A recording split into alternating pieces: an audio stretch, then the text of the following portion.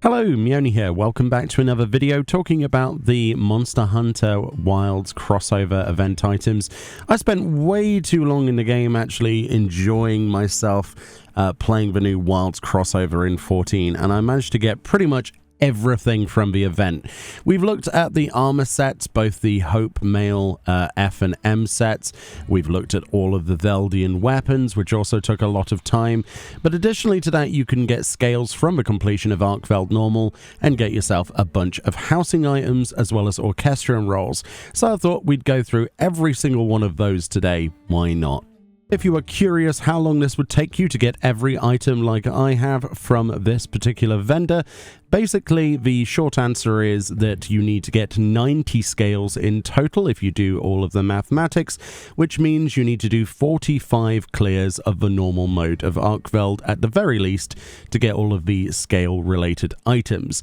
You also need to get 99 Arkveld certificates, Guardian Arkveld certificates from doing the extreme version if you want to get the feline support team cart horn, or it can actually randomly, very rarely drop as an item you can roll for on the normal mode. In 45 plus runs that I have done so far, I can tell you I have seen the mount drop once. As you can see, there are 6 in total Phasmascapes for Monster Hunter Wilds in our housing area. In no particular order, firstly we have Uthduna and the Scarlet Forest, which is a particularly memorable part of Monster Hunter Wilds for me. I love that fight. Then we've got Jindahad and the Ice Shard Cliffs, which I think is pretty awesome. I love that fight as well. There's very few that I didn't like in Wilds. Then we have a familiar face. This is obviously from the crossover that they got from our game. This is Omega over on the Ice Shard Cliffs. A very fun crossover. Highly recommend you go check out that version on the Ice Shard Cliffs there. Then we have ourselves Guardian Arkveld over on the Windward Plains, which looks really cool. And then we also have Raydal, also on the Windward Plains, flying through the air. I kind of hoped that Raydal was going to be one of the monsters that came to the game. I'm glad that we got Arkveld, but Raydal would have been an amazing second option, I personally think. And then finally, we've got ourselves New Udra in the Oil Well Basin, another very iconic fight.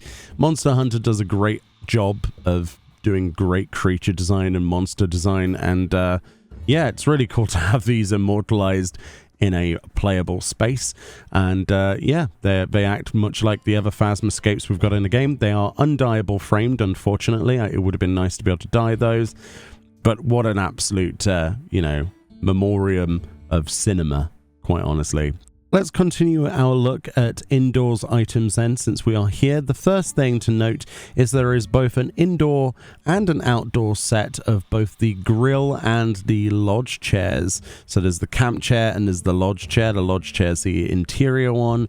The camp chair is the external one. So if you're wondering what the difference was, because the icons are basically the same, those are outdoor, these are indoor. And if we place both of these down, you will clearly see that we have ourselves a fire pit here. The seat is, of course, something we can sit on and enjoy the smell of cooking ribs inside. I'm not sure if this is a fire hazard with my carpet here.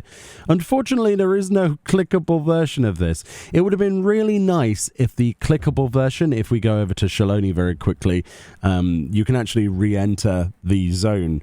Fortunately, you can click on the campfire there and see the cutscene again with the chopping and the sound. It's great. But if we come back to the house, unfortunately, that is not something they were able to put into the housing item.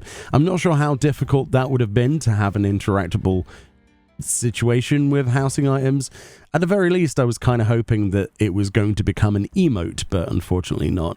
I suppose I can wish of things, until I'm blue in the face, but if it's not possible to do, then it's not possible to do. It's very cool, though, very iconic to add to the game, and the outdoors version is pretty much the same. And all of these placeable housing items I'm putting down now cost 2 scales each. So next we've got the Wild's Greatsword stand, and if we place this down, you'll notice how cool that is. So yeah, I mean, greatswords are incredible in Monster Hunter games. This one's a little bit different, like the hilt is inside the actual bone. A lot of weapons like this, normally you'll see the handle like extend out. This time it's like a chain attachment or something to the pommel. Quite interesting. I do love this though. That is a fantastic idea for a backdrop. Yeah, really happy for this one, and it's only 2 scales, which is 1 run of Arkveld. The next item, we need a partition to show off properly. This is the Wilds banner, which is absolutely awesome. You get all of the information about this in Monster Hunter Wilds. I don't really want to spoil any meaning behind this, but if you know, then you know. It is a really cool wall banner, and of course, this is something that is very iconic to Wilds in terms of its storyline. It's a lovely backdrop item, much like with the sword stand as well. And of course, the fire pit there. I think these items are very, very cool, personally. And then in addition to those, there is also another placeable item. Technically, it's a fixture. This is the Wilds pendant lamp, which is a ceiling light. It says a pendant lamp inspired by tales of hunters from another world, which looks like this, which is actually very, very cool if you know all about this. So obviously, one of the latter places you go in the game has all sorts of interesting effects that are very much like this. It kind of resembles very slightly the DNA structure. Yeah, I like that. I love how it's literally hanging from like a root above. And of course, if you're in a large plot, it will repeat those lights across. Basically, what you want to do there is probably separate it into separate rooms, or have some kind of structure in the center, like a catwalk or something. These would look pretty cool, rather than just having one massive chandelier in the side. And then lastly, for the housing items on the inside, we've got ourselves some NPCs. So we've got the servant permit, the junkmonger permit, the mender permit, and the material supplier permit. These are obviously designed to look like the feline characters, the cat people from the Monster Hunter series. These actually cost 4 scales each, so let's look at those. And when you place them down, you get to choose between brown or white felines as an option here on the race selection. So let's pop down one of those, and we'll do this for the others and interchange them a little bit. And with them all placed, you can see the difference here between the brown feline and the white feline. Those are the 2 options. And we've got the servant, the junkmonger, mender, and material supplier. Very much like any other NPC in the game, but obviously there is a size difference. And they are themed around Monster Hunter. Those are quite large in comparison to the Palico minion we got with the World crossover a long time ago. I do like these, actually. I do feel like we're going to have a house full of Namazu and felines now, quite honestly. I love the little acorns that they're carrying on a twig on the side. The flies in the cage on top of their head, kind of like the paramedics that we've seen on the mount. We've got a little sort of leaves on the front there, a little fishing rod and the lures, and a little keg on the back. I think that's absolutely awesome, personally. I love those. So I will likely make those a permanent addition of the FC space when I get around to actually coming up with a design, of course. For the outdoors items then, this is our makeshift camp, which is pretty cool actually if you've ever seen this quest box before. Essentially that's where in the older Monster Hunter titles you would go and you would go out there and do a gathering mission or something, and you would come back and you would turn in the items to a chest to complete your mission. In modern ones, this is pretty much how you access your loadout during an actual mission as well, during a hunt. It's quite nice. It's got a wooden base there, kind of looks like a bit of driftwood. Obviously, it's not going to be grass because we've already got grass on the housing stuff, so it just sort of sits above that. It does look like somebody just plonked it there. Then we got the pop-up camp itself, which is something that in Wilds you can decorate, which is something I was kind of hoping would have some form of customization in our game. Unfortunately, it's not a complete tent though, because you can't go inside of it. That's the first thing, and there's no furnishings inside of it. So a little bit disappointing there. I was kind of hoping that we would be able to, you know, go inside this. You can jump on top of it. It does have collision detection, but unfortunately you can't go inside of it. So yeah, if you were thinking this would be a cool idea for a little hidey hole or something, unless, I don't know, maybe Lalafels can fit through here. I doubt that though, because there seems to be an invisible wall when you go up to it. I mean, I suppose we could just run against it and clip through it, right?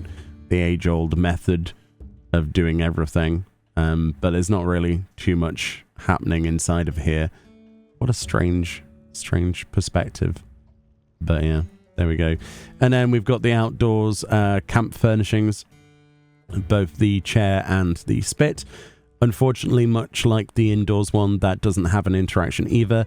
It would have been cool even if it was just to rotate a spit or something, or to turn these over. I don't know. I don't know. I think it's a missed opportunity not to have the emote as an actual emote. And then we've got a level 100 striking dummy. So if you were not necessarily interested in the Solution 9 one or the Tulialian one, but exists, you can have this one, which is a cat, obviously a feline one. It's level 100, so there's pretty cool stuff. Yeah, honestly, not a bad outdoor set from an appearance perspective. I would have liked some more interactions with this.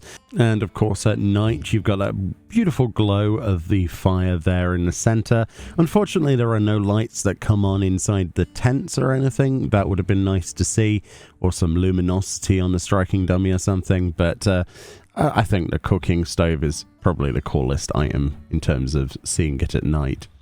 I don't know if that's something that could be done. I would love to like open and close that, for example, with the iconic noises with the chests in Monster Hunter games. It'd be cool to do something with the spit, and of course it would be nice to actually walk inside the tent. But these are all things that you know, they're restrictions of the game, aren't they? There's not many outdoors items that have interactions. It's usually indoors items that have those. Overall, I'm quite happy with the Monster Hunter Wilds collaboration housing items. It took me an incredible amount of time to collect all of these, but I am certainly glad that I did. I have really enjoyed the event. It might not have rewarded me with all of the rewards that I wanted. I really wanted there to be an Arkveld armor set, but it is what it is. Let me know what you think about the event in total, and hopefully this video showcased what the rewards look like so that you can make your own decisions if you want to spend hours getting scales. Much love, and I'll see you all next time for more videos. Bye-bye.